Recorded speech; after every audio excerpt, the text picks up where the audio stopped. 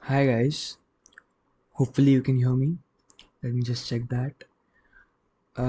So yeah, the stream is a little delayed, so it'll take a little time to check that. Anyways, welcome to the Vivian Joseph live. This is officially my first stream ever. Hi guys. Yep, the audio works. Cool. So, today we're going to learn OOPS in quite detail actually. So, if you can see the title of the stream, it says OOPS in Python, Basic to Advanced. And the idea of these streams are that I'm going to learn with you. Yes, of course, I know these concepts, but the idea is to learn together. So, you're going to actually go through online material. Basically, the material that you first find when you Google these topics. Let's say I want to learn OOPS today, right? So, the idea of these streams is how to learn. Of course, we'll be learning, but also we'll be learning along with that how to learn some new topic, especially in coding or in generally in life. But yeah, let's stick to coding for now. Okay, so I googled oops in Python. I got a couple of links. Now, typically, if you're in India, you'll get, now depending on your location, you'll get different types of websites. If you're in India, you'll get websites like Geeks for Geeks or Tutorial Point, etc. One website that I really liked, I thought had a lot of content, was this one, Tutorials Point, for this specific topic, Oops in Python. So this is a whole PDF. It's a whole book almost, you could say. So it's a whole book is object oriented Python by Tutorials Point.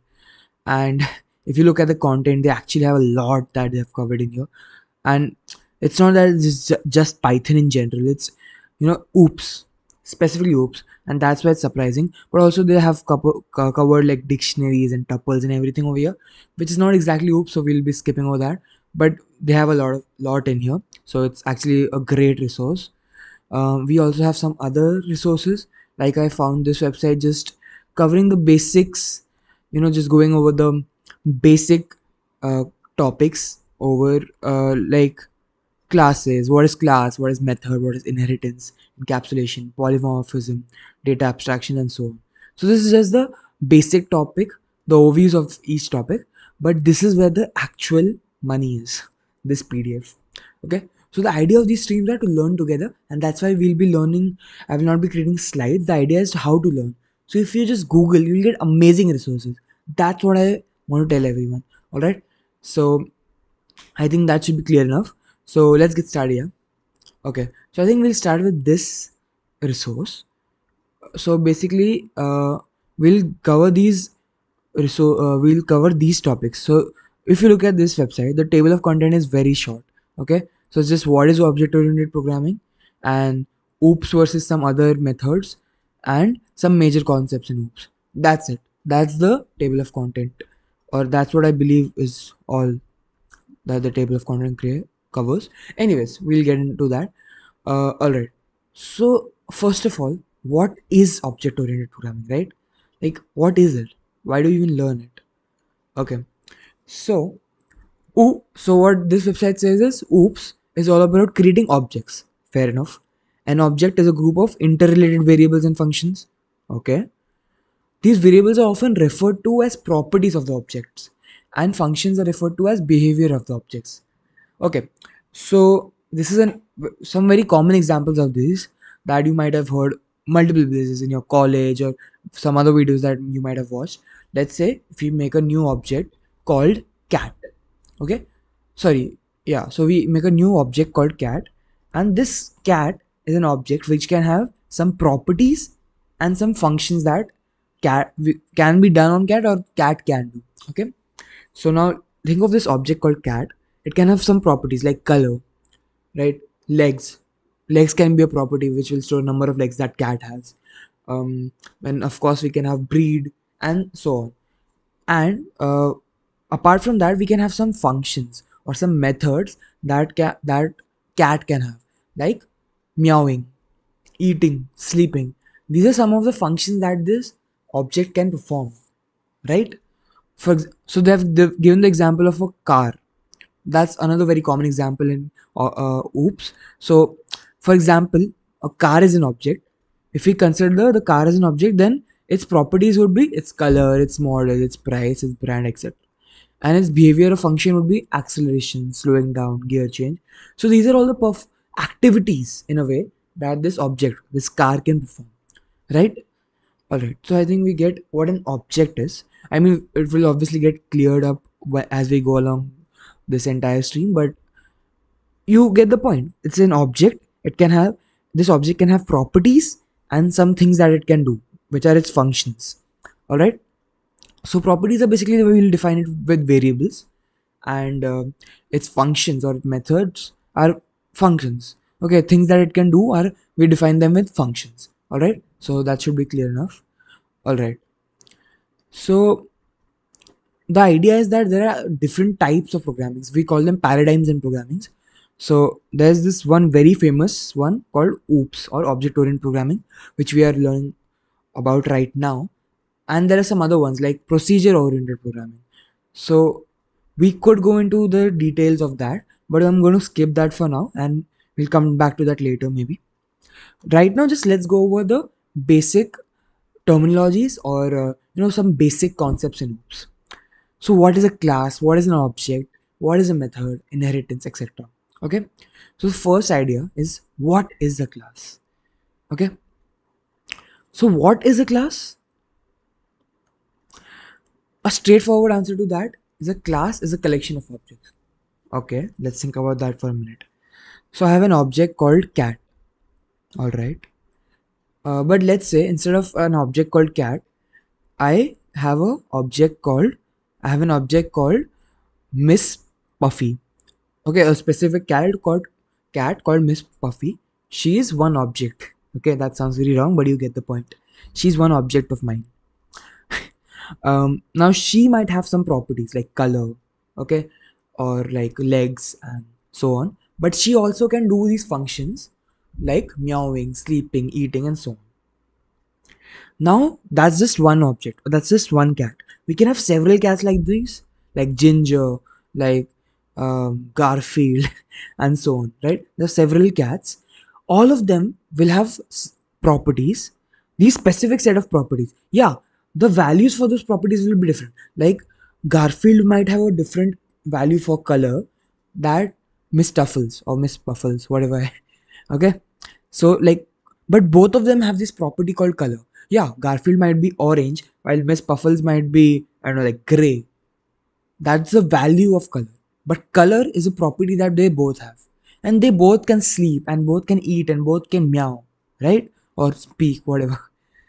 So, a class is a collection of objects. So now here, cats is my class, not my object. Cats is my class. And what are my objects? Something like those specific cats, like Garfield or, Miss Tuffles.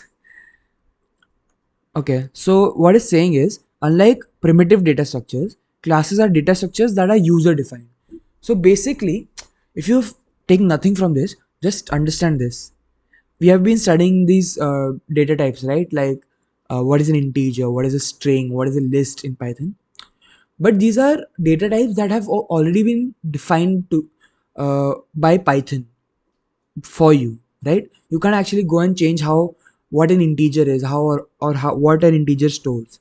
An integer is an integer. All you can do is change a value of the integer.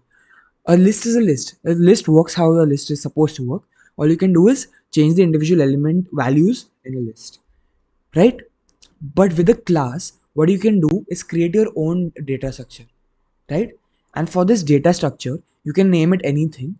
And what you can do is have, let's say I have to make a complex data structures using primitive data structures. So I can have a data structure, uh, a class basically, which has four integers, which stores four integers. So these integers are its properties. Okay, for example, let's take our cat example. I can have a class or a data structure called cat, which will store many different data types, or a lot of different data together as one data type. Okay, so this class called cat, right, it will store something, let's say color. What would color be? Maybe a string, right? Legs would be an integer. Fair enough. Let's say it can store my breed. Okay, breed can be a string again. So let's say these are the only three properties we have. So we have two strings and one integer in this new user defined data structure called cats. So that's the structure of this. This is the way data will go into this. So we have to give it two strings, that is the the color, the breed, and one integer, that is the number of legs for each cat, right? You're getting my point. So now it's given some code example of how to actually define a new class in Python. So we just give, it's a keyword called class, then we give a name to the class, let's say car or cats, and then we give the structure or the body of the class. It's very similar to how we write a function or any other block in Python. So in function we would write def, instead of using the keyword class we would use the keyword def, right? And we would actually give instead of giving the class name we would give the function name here, or should I say, instead of giving the function name when defining a function, I have to give the class name here while defining a new class, right? And then I give the function body, instead of that I give the class body over here. Very simple. All right, it's given an example like class, which is the keyword, car, which is the name of my class. So I'm creating a class called car. Now my car can have very like multiple different objects. Like one car can be Maruti, car can be Lamborghini, one car can be, I don't know, like Audi or whatever, right? But car is the class. I mean, these words I think are very self-explanatory in a way. So I have this class. Like if you are a part of this class, then you automatically have these properties, right? Anyways, we'll get to that when we study what objects are. Okay. So what this in this example, what they have done is they've used the keyword class to define a new class called car, and right now they've just written pass. Pass is just when we don't want to write anything in this block of code. It's used for testing code or like just laying out our code, but we don't want to actually write any logic inside right now. We're just passing it. That yeah. Otherwise, this would just show an error. Okay. Other if we just leave it blank. Okay. So not important right now. Not relevant. Okay. So I hope you're getting what a class actually is. Okay. It's basically a user defined data structure where we can it's like a template for creating new objects. Now that's a very complicated line. We'll get to what that actually means. We'll get to that now actually. Okay. Object and object initialization. What does that mean? We know what an object is, but what is object initialization? So let's say you have a class called cats. Okay, let's take the example of car. Let's say you have a class called car. So my car is a class which can have different properties like, uh, you know, uh, company, um, price, color, um, I don't know, like wheels. I want to say wheels, but okay, wheels and all of that. And what are all the different things that a car can do? Start the car, stop the car, and then we can fuel the car, like fill the tank, something like that. All right. Okay. So now let's just take the properties for now. Let's just forget about the functions. The properties that a car can have is, all these that model, um, color, all of that, right? But that is just the template we have. These are the properties we know. If we define a new car, then these are all the properties that a car has to have. But if we want to actually create a new object right now, how do I do that? And a new object, let's say I want to create an object called let's say Audi. Okay. A new, it will follow the template of a car class, right? Fair enough. But how do I actually do that? How do I actually create a new object? It's very easy. It's actually really easy in Python, especially. I just do it like this. This is the way I do it. So just write object1 is equal to car, and then these brackets. But you might be thinking, why are we car is my class, right? But why are we writing it like a function? This is how we call a function, right? And why do we call how do I initialize my new object like this? We will do that later. We'll understand that later. But for now, just understand this is one of the ways to initialize a new object. That's create a new object using the template of a car. Basically, we are just saying that take the template of a car and create a new object out of it. Okay, and now they've given the name object 1, but let's say we give the name Audi. Okay, or let's say car 1, and then we can create multiple cars like car 2, car 3, car 4, so on. Okay, but now let's see what is actually there in that object. Let's say we create a car object called car 1. What is actually, so it's initialized now, but what's actually stored in that? Okay, so if you print object 1 or car 1, this is what is printed. This makes no sense, right? What is that? What does this even mean? Underscore underscore main underscore underscore dot car object at something. The point is, since our class was empty, it just returns the address. So what it does is it creates a new object. Okay, when it's creating the new object in our memory, it just defines some space that where the all the data for that object will be stored. So later, let's say I define that this color of this car is red. That's the address in my memory where that string would be stored. But for now, it's just create, because I've not given it any data. It's just an empty object. I'm just creating what, some address where that object would be stored, right? Okay, so this is it's just giving me the address now because it's empty, but we don't want to do anything with that address. So let's just see how to actually create a new object which is not empty, which has some values. Okay, so this is how we actually do it. It's actually pretty interesting. Okay, so while creating my class, right, I was creating my class car. I give this constructor function. Okay, this is a function, right? This is how I write a function, def, and these brackets and some parameters inside those brackets. But look at the name of this function. It's called underscore underscore init, or we just call it init. Okay, init or initialization function. The purpose of this function is to initialize a new object. So what that means is, when I call an object in my main code, when I call an object and define it, related to this class, that I want to follow this template, this class's template to create this new object. How will it create that? It will actually look at my init function, and whatever I've written in that init function, it will do that. So let's see what that actually means. So before that, I have to know, before we understand all of that, there's this keyword called self.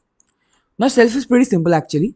What it does is it refers to the, so if I use self in this specific object, in this specific class, this self will refer to this class. So whenever I call this function in it, I have to pass some parameters, or I have these parameters, so I have to pass some arguments in these. Okay, so look at what all arguments I'll pass: color, name, etc. So let's say I give color red while creating a new object. I give the color red, and I give the name, I don't know, Audi. Okay, what will happen is, look at what is happening inside now. And self is also one of the parameters. Okay, so as it turns out, unlike other languages, self here is not a keyword.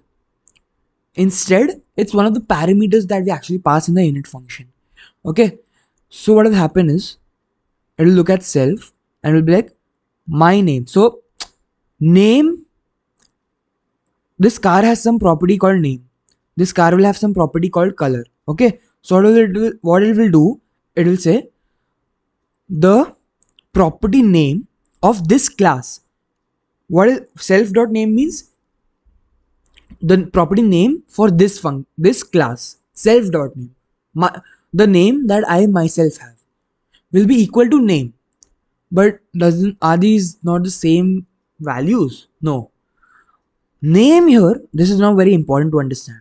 Everything relies on this. Okay. Name here is the argument that I pass. The value of the argument that I passed while creating a new object. Okay. So that's name. So let's say I keep the name Audi in strings. So that's what name is. Self.name is just a variable. It's just referring to its own variable, that this class will have a variable called name, and that I want to set to whatever argument this guy has passed while creating this object. Alright. Similarly for color, I have to have a property called color, and it will be equal to, the value of that property will be equal to whatever argument he or she has passed while creating this object. Fair enough? Right. Okay. So that's the constructor method. So it's saying the two statements inside the constructor method are this and this. This will create new attributes, namely name and color, and then assign the value of the respective parameters to themselves. The self keyword. Okay, so the self keyword represents the instance of the class. By using the self keyword, we can, now don't worry about what all of this means. I'll explain it line by line. But basically, by using the self keyword, we can access the attributes and methods of the class.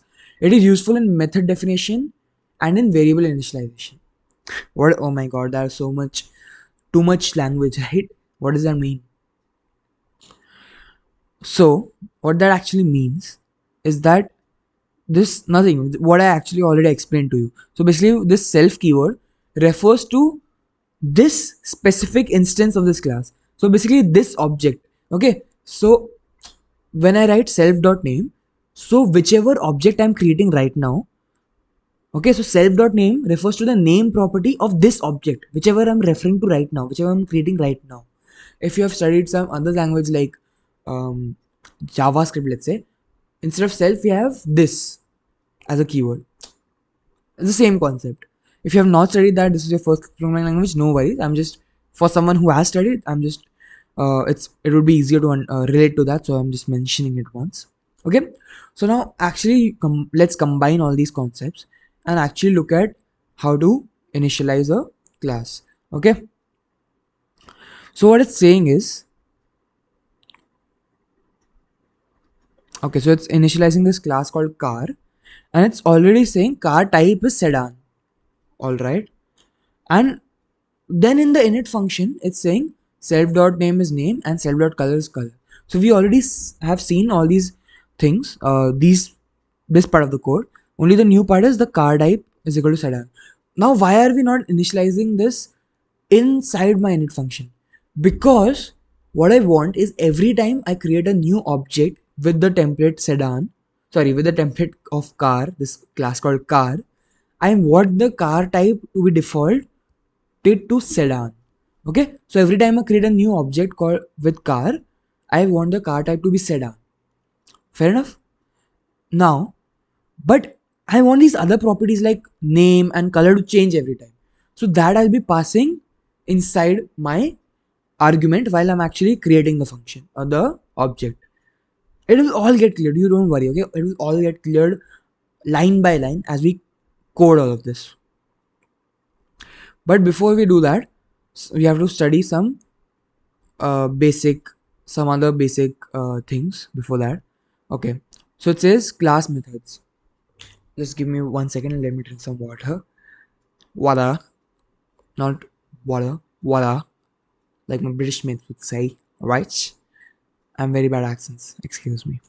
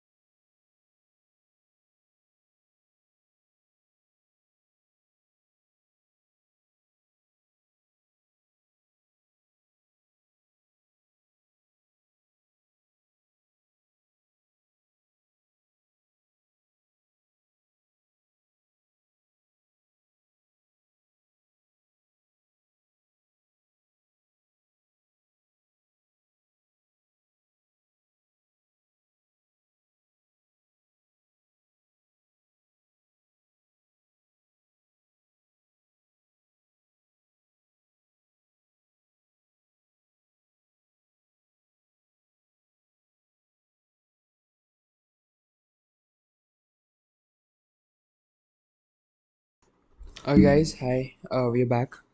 I was just off to drink some water. Okay, so let's get back to our what we were studying. Yeah, my class methods, right? Okay, what are class methods now?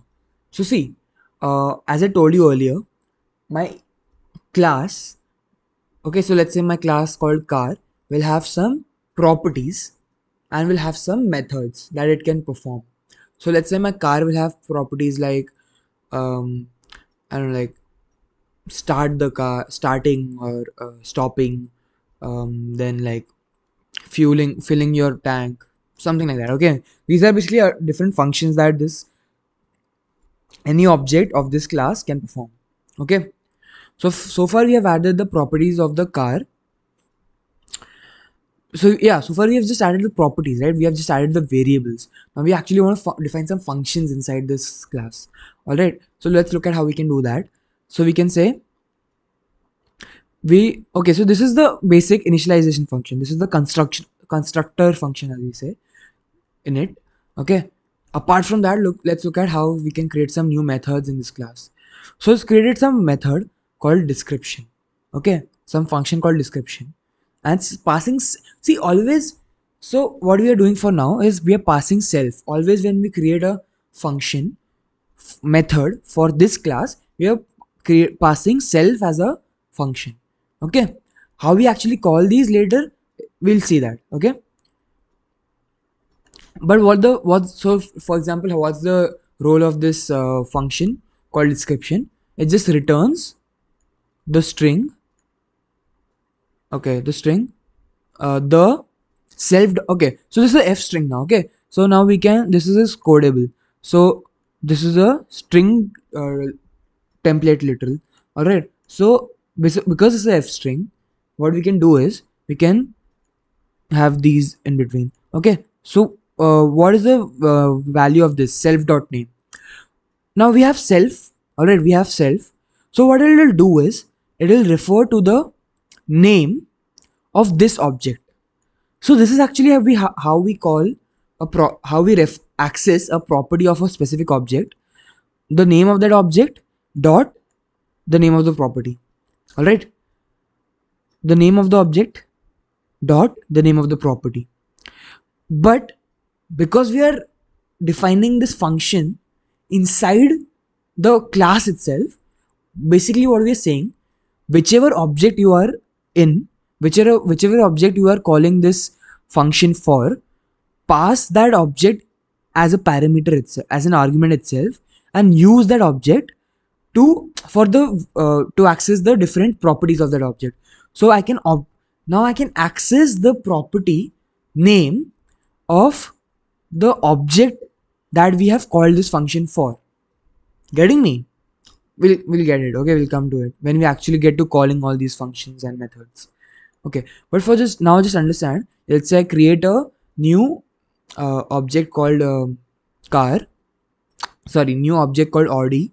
Okay, or let's say car1, and the name property of that car1 is set to Audi. Okay, the mileage is set to, I don't know. See, we have only three properties. Car type is already sedan. Car name is, now let's say we set it to Audi, and now let's say mileage is set to, I don't know, 12. Let's say let's give it some integer. I don't know what mileages are for Audi, and I don't even know how mileages are measured. But yeah, the idea is we give it these properties. So what's the self dot name here? It's Audi, and what's the self dot mileage here? It's 12.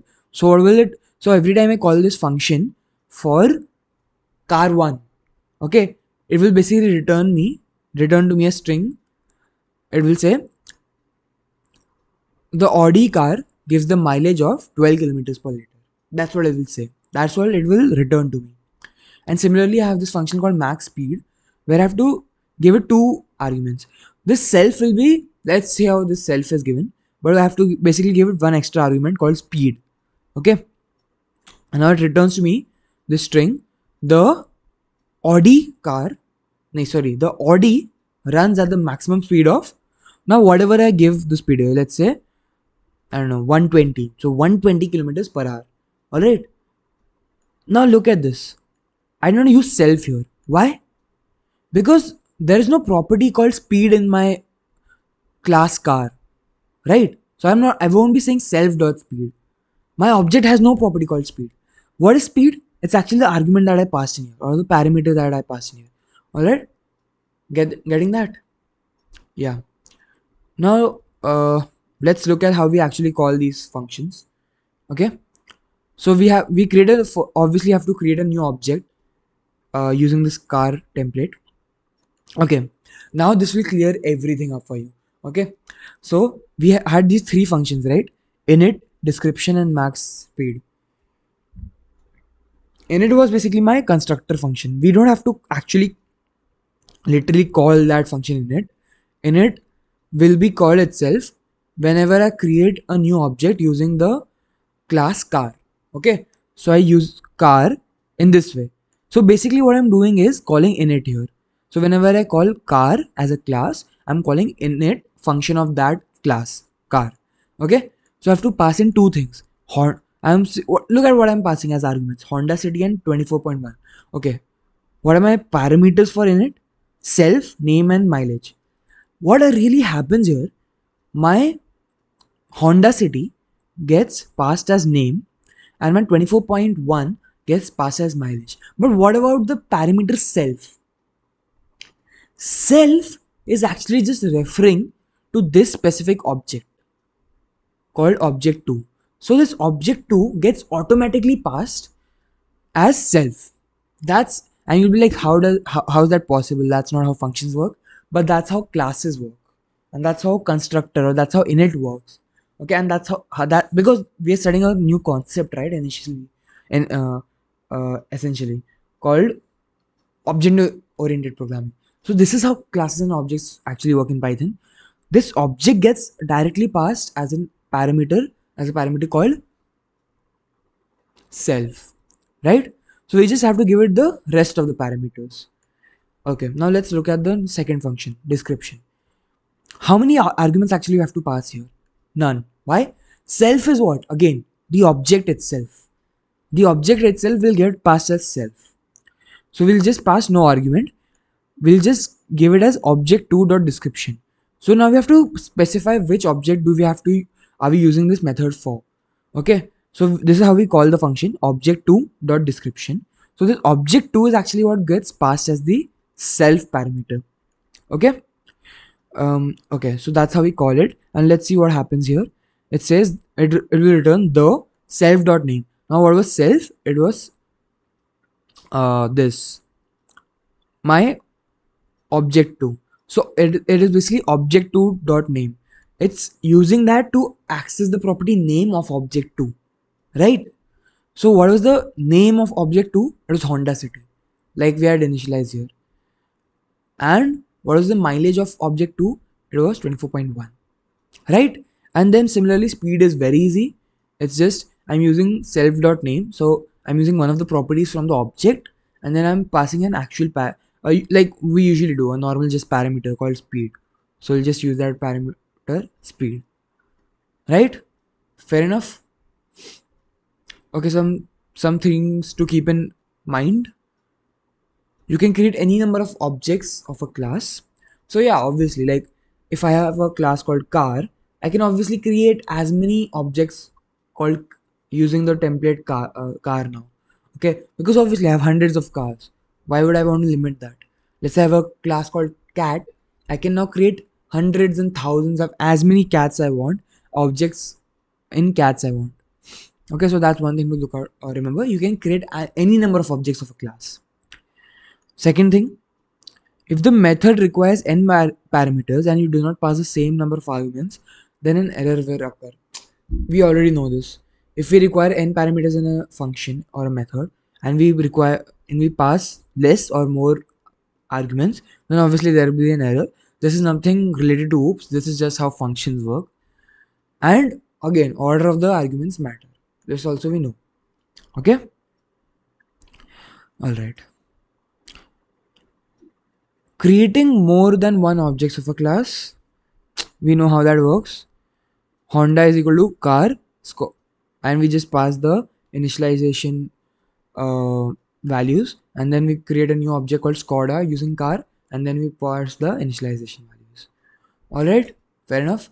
And see, every time I use it, use this same function max speed for this object, it will be called in a different way because the properties of that object are different.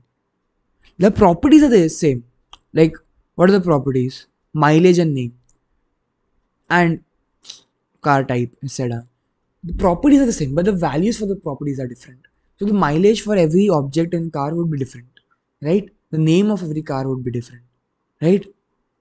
All right. And again, it's showing an example of passing the wrong number of arguments, so it shows an error.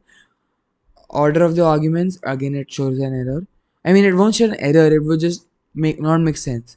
So if you pass the the mileage of the car instead of the name, and then name instead of the mileage, it will just print some random thing like the 24.1 car gives a mileage of Honda City kilometers per liter. Makes no sense, right? So yeah, the order obviously matters. So yeah, that's just basic. Let me just check my stream. Reconnection successful. Just give me a second, guys. I'm going to take a small break here actually, before we dive into the further topics like um, inheritance, polymorphism, all of that, some complicated topics. I'm going to take a small break here of 2 minutes. I'll just be back, okay? And meanwhile, I'm also going to check if my stream is connected or not, or if there's some error. All right, so see you in 2 minutes. Bye.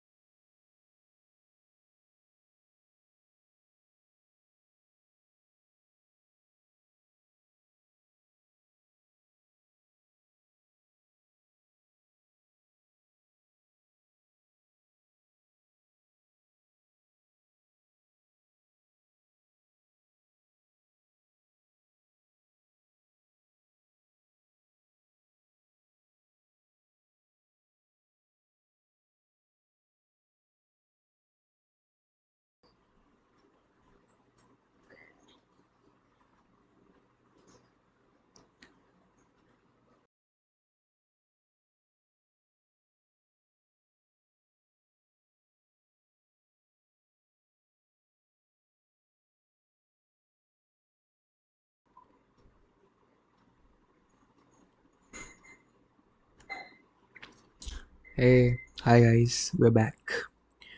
Okay, so what we were looking at was inheritance in Python, right? So all right. So hopefully by now you have understood what a class is, what an object is. Okay, how these work, how to initialize a class, how to define a class rather, and how to initialize an object in that class. All right. So hopefully you're clear with the basics of what even these things like classes or functions or sorry classes or objects even are, right?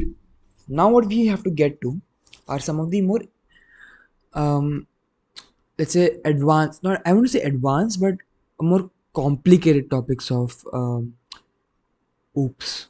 Okay, so some more complicated object oriented topics.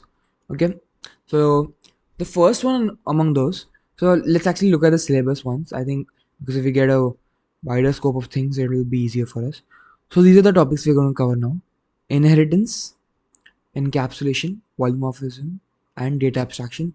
And if that makes no sense to you whatsoever right now, that's fine. We'll get to them one by one. These are actually not that very difficult concepts. It's just the first time you hear about them, they just sound like big words and there's just too much going on all of a sudden. So that's why it gets a little confusing. But honestly, it's not much. It's easy. Okay. So now that we have understood how to actually define a class, okay, let's think about. Okay, so I'll give you an example. I have this. Let's say I have created a class called animals, a very generic class, okay, called animals. So this class can have many objects like um, my dog Zoro would be an animal. Okay, let's say I have a pet lion called Shera. Shera would be an animal. But inside my class, I can have these separate classes like subclasses. Okay, or what I call them technically is child classes called. I mean, just they're called child classes. Okay, so let's say I have this class called animals. I can have different types of animals. Okay, like lions, cats, dogs. These are not necessarily objects.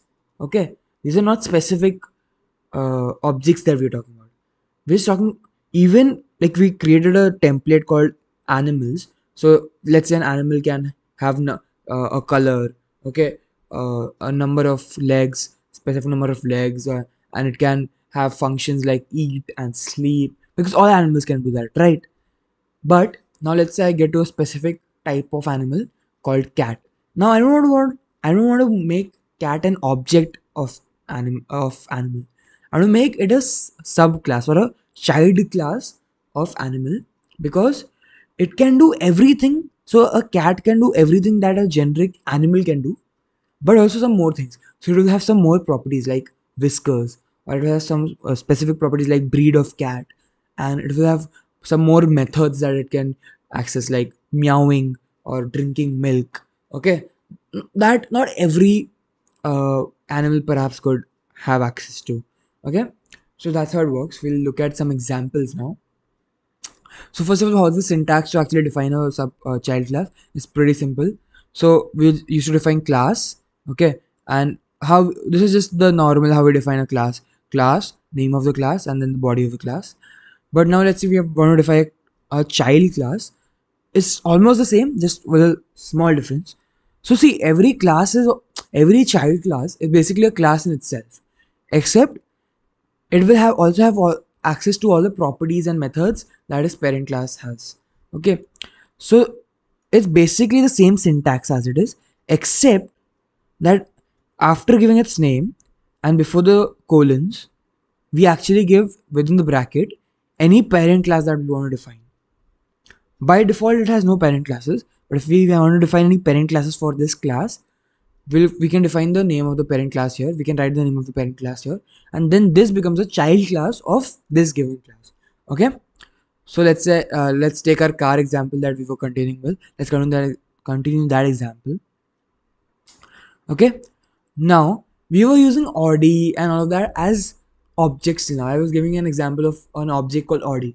But Audi is not exactly one car, right? Audi is a type of car or is like a class of cars, literally. Okay, so a lot of cars can be classified as an Audi. So we want to make a class called Audi. But then if you want to create an object, is it a car now or an Audi?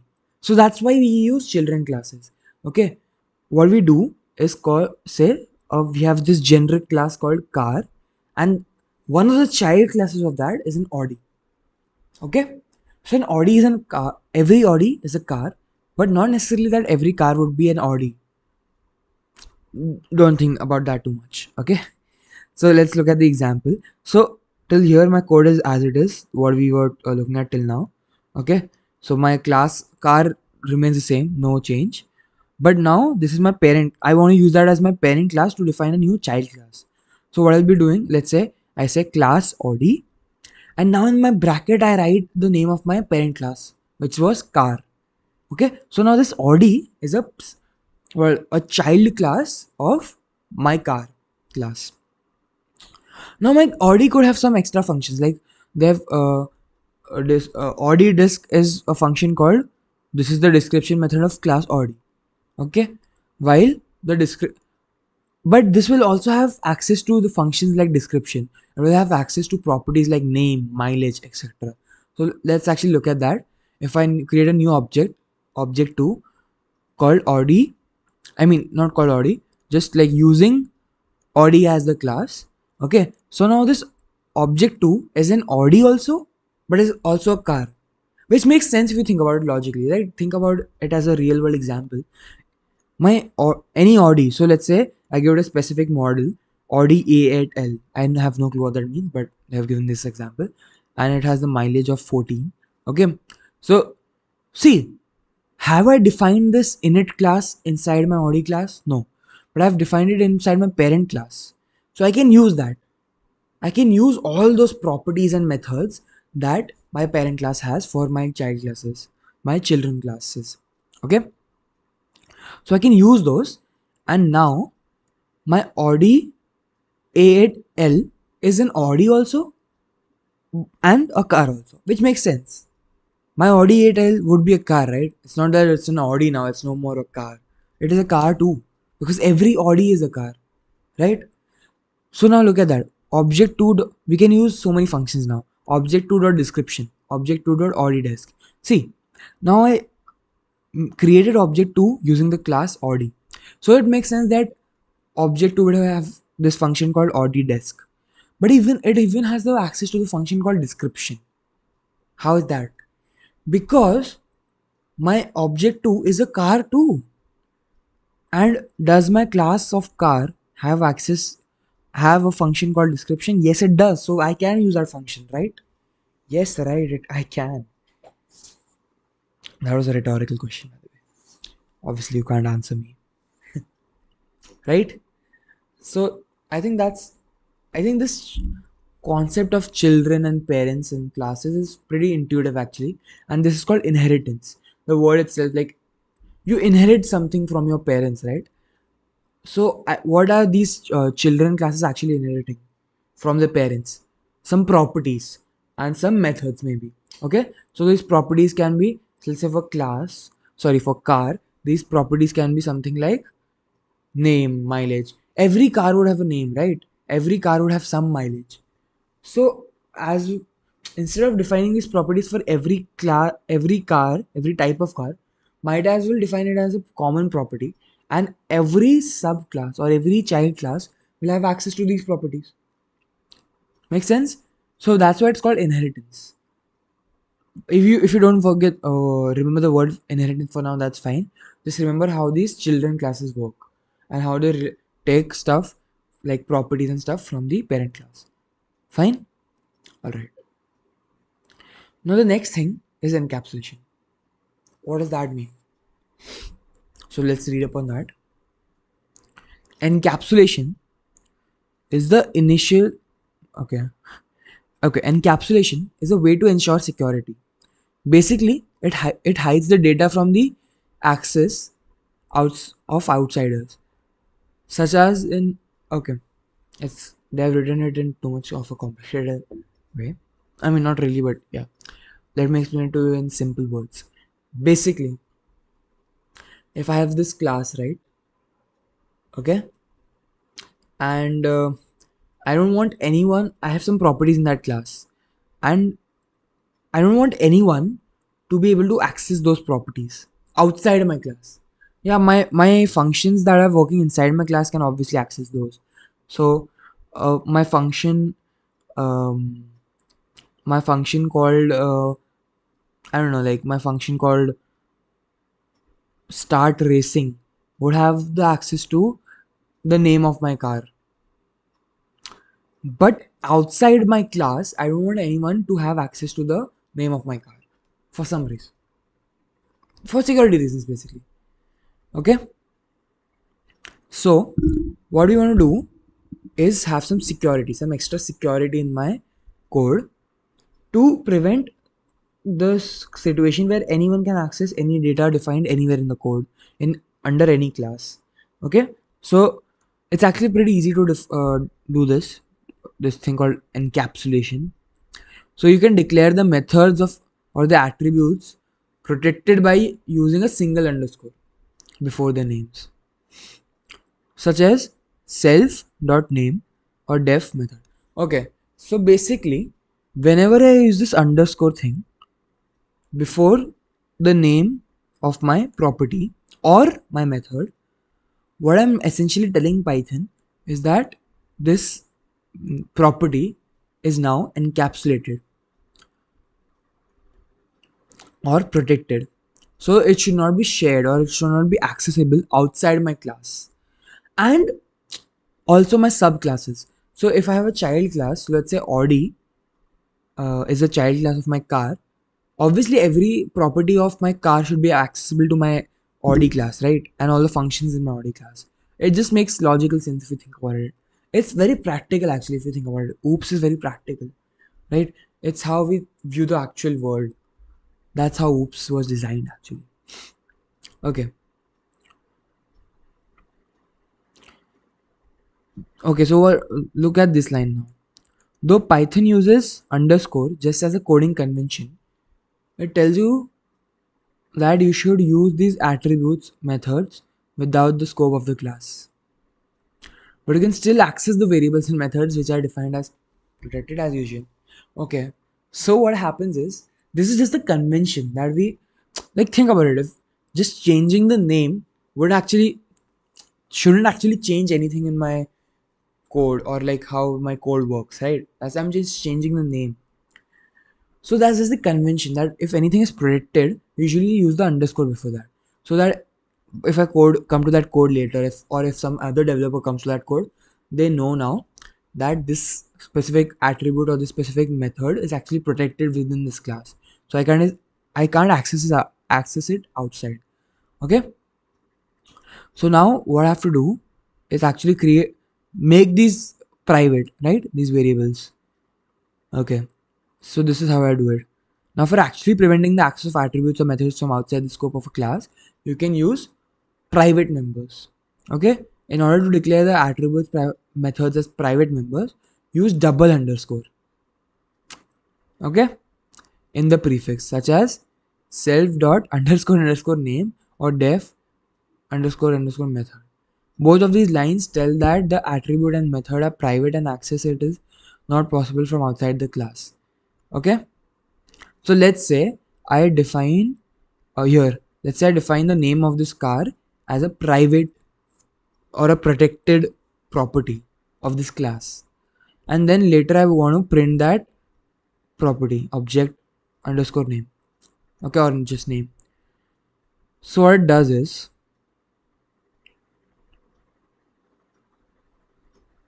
okay, so now for now it is actually able to access that without any error. So as I said, so this here we just because why? Because here we just used a single underscore before name. But now when we actually use a double underscore and we want to do the same thing again. So now when we want to access name, it will give us an error that we can't access these protected variables. Okay, so now it's saying name is actually protected inside my class and I actually can't use it from outside. right? Fair enough. Makes sense, right? Makes perfect sense. All right. All right. Now what do you want to do? If you still want to access this directly, we would be using its mangled name. What does that name mean? So name mangling is a mechanism we use for accessing the class members from outside. The Python interpreter rewrites the identifier with underscore underscore var as class name underscore underscore var. And using this you can access the class member from the outside as well. So that was actually really confusing even for me. So actually let's look at how we can do that. So see, the rest of the code is the same.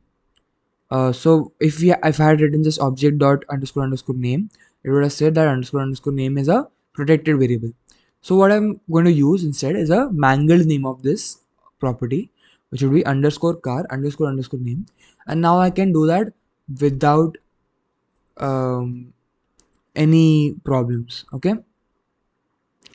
Note that mangling rule design mostly avoids accidents, but it's still possible to access or modify a variable that is considered private. This can even be useful in special circumstances such as debugging. Okay, we don't need that right now of that information. So this was encapsulation. I think that's enough for encapsulation. What that essentially means is I take this some property or method and it encapsulate inside another, basically this class, so that no one can access it from outside. Okay, makes sense. Yeah. Now, something related to that is called data abstraction. Now let's say I want to actually use this information outside my class. Okay, there might be several reasons for using it outside my class and my class methods. So now let's look at how that actually works. How can we actually do that using something called abstraction? We use abstraction for hiding the internal details or implementations of a function and show its functionalities only. This is similar to the way you know how to drive a car without knowing the background mechanism, or you know how to turn on or off the lights using a switch, but you don't know what is happening behind the socket. Make sense? So abstraction is basically we make it a little abstract. We don't actually know what is happening behind the scenes. We just see what we see. Okay, we get what we see. So if we, for taking the example of a switch that they have taken here, we can turn it on and off. We don't actually know how it works, but we know what the input and output, what the output would be for this given input, right? So we know how to manipulate it, the abstraction. Okay, so let's see how we can actually do that.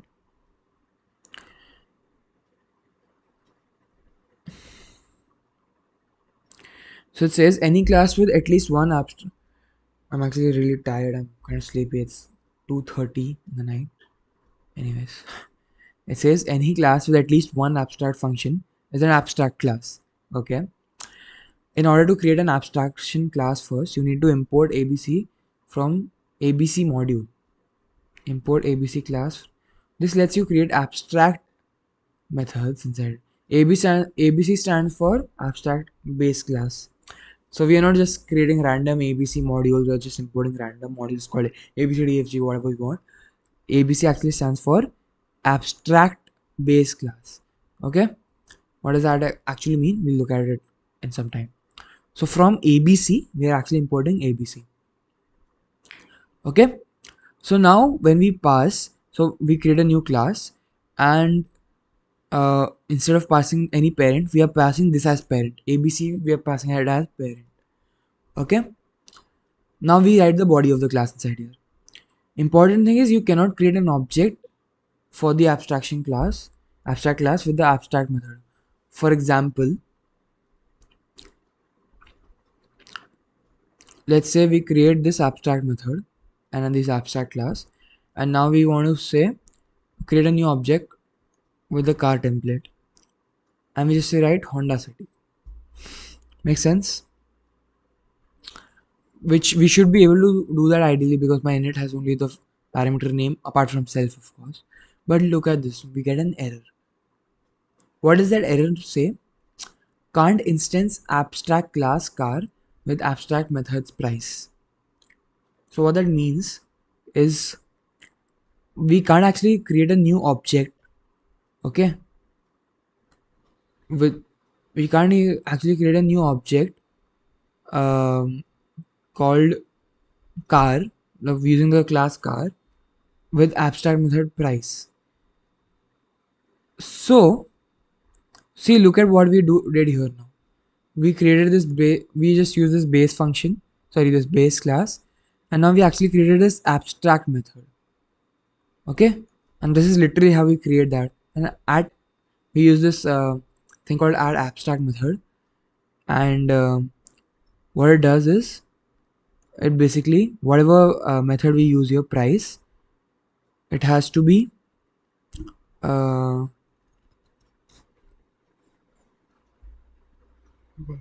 I'm so sorry guys, I'm so sorry.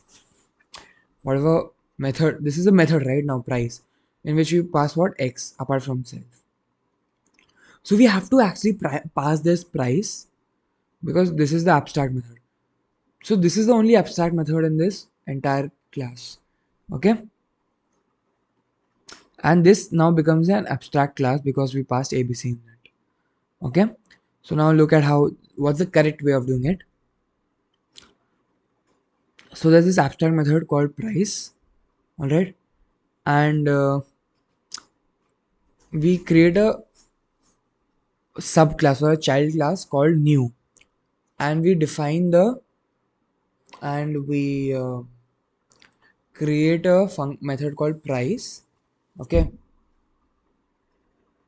Okay, now think about this for few minutes or few seconds, should I say. I created an abstract method called price in this class called car, and I created a new subclass called new, and I created the same method called price, which same takes the same parameters, and it also returns something, and maybe like print something here, okay? But instead of writing anything inside the actual abstract method, I said pass, okay? So now let's look at what happens. Let's say I create a new object called Honda City. Now I'm just passing Honda City, okay?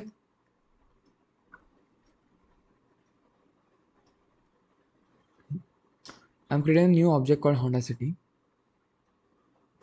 and as soon as I pass Honda City over here, what does it do? So let's see.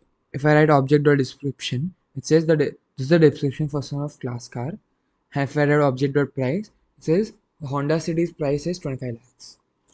Okay, but how do I actually write 25 lakhs? Let's say, right? Getting me? So you have to abstract it. Hopefully, you're following my line of thought. I don't think abstraction would be very clear to you, but before you get to that, let's actually clear polymorphism for us. Okay, so the idea is basically I have this class Audi and I have this class BMW. Okay, and in both of them, I have these methods called description. So this is a description method or description function of class Audi, and this is a description function of class BMW. Okay, so I create new objects Audi and BMW using their respective classes, of course. And so I create a for loop using Audi and BMW. I just write car or description. This makes sense now. This is the description for Audi, and then this is the description of class BMW. This makes sense for what we have done right here, the code that we have written here. Okay, so it says when the function is called using the object Audi, when the function of class Audi is called, and when it's called using object BMW, function of class BMW is called. Makes sense. What was the point of polymorphism? Look at this now. Polymorphism means taking many forms. So this function called description, it's actually there in both of these subclasses. So which one actually should it refer to? The rules are, it basically depends which one is there in your specific class, and if it's not there, whichever is there to closest to it, so it's there and closest to its scope. So if let's say BMW did not have a function called description, but we called a function called description, first it would check within itself. Let's say it didn't have one, we would go outside and check in our other Python codes as well. Okay, so that is polymorphism. So we'll go outside and check in our other. What am I saying? Oh god, I should be ending my stream soon. So basically, it checks the other classes also. Basically, it's parent classes and then it's sub grandparent class and so on. If it has any other methods of the same name, and if it does, it tries to execute them. All right. So that's basically it for the very basics of OOPS. So let's look at the full syllabus actually once. Okay, and let's look at what would be actually useful to us. Okay, look at OOPS. Prerequisites. What is OOPS? Procedural. Um, Different IDs also it's suggesting.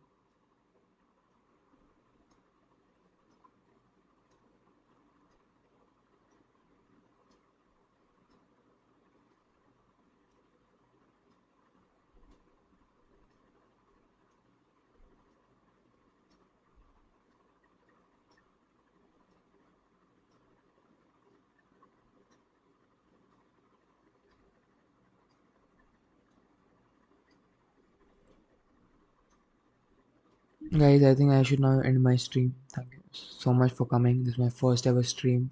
I don't even know if I'm going to actually keep it on my channel, but if I do, thank you for watching. Thank you so much. This really means the world to me. I plan to continue doing these learn with me kind of streams, even someday study with me. This would not be actually me teaching anything, just like we do chilling together studying. And I also plan to make some projects live on stream with these streams called Code With Me. Okay, so I was just looking to the other syllabus of for OOPS. Let's go through that quickly. OOPS in Python, the building blocks. So now look at creating and initializing a object, instance method.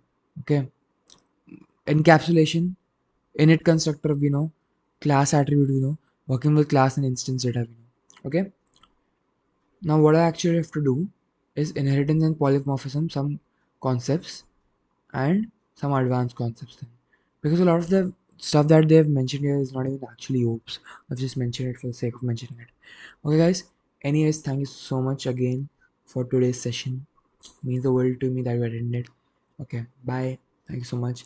I will be probably doing a next part to this tomorrow, uh, in which I'll be completing as much OOPS as possible. So be sure to join that one if you like this one. Alright, like the video, subscribe to the channel. That would be really important actually. And now I'm going to end the stream. Bye bye. See you. Tada. Have a great day.